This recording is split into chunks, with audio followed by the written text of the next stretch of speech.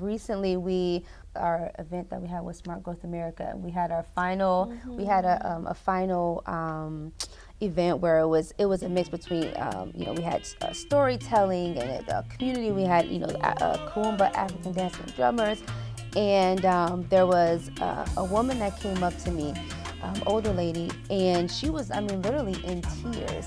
And she was like, I've never felt so welcome in a space, right? And when you know, you're in like the rigmarole of putting everything together and seeing everything, and you take a moment to look out and you see generations of people, you see so many different colors, different sizes, and young and old, and all these different people in this one space, and everyone was literally just having the best time.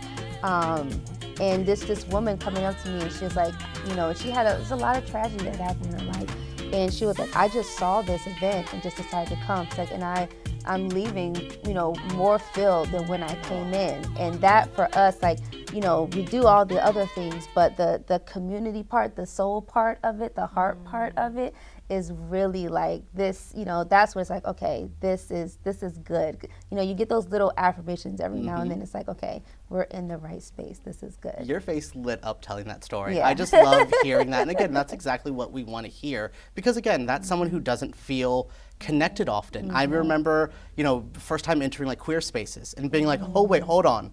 There's more people like me. There's more weirdos, and then you feel so welcome, and that's everything. So is that a similar story for you of just? Yeah, I think our events overall have done that. Like I was going to share about Tampa Connect Fashion Week, and that was really cool because it was a bunch of creatives coming together. We started doing like these pop-up events with them, and it's all like young BIPOC artists from Tampa that have never seen themselves really reflected in the art, you know, industry in our city. And we started talking. They were like, "We want to throw a fashion week." I was like, "What do you mean you want to throw a fashion week? Like, we want to do a fashion week by us, for us, you know, our fashions, like our people that like us as models, first-time designers, first-time everything, like, let's do it."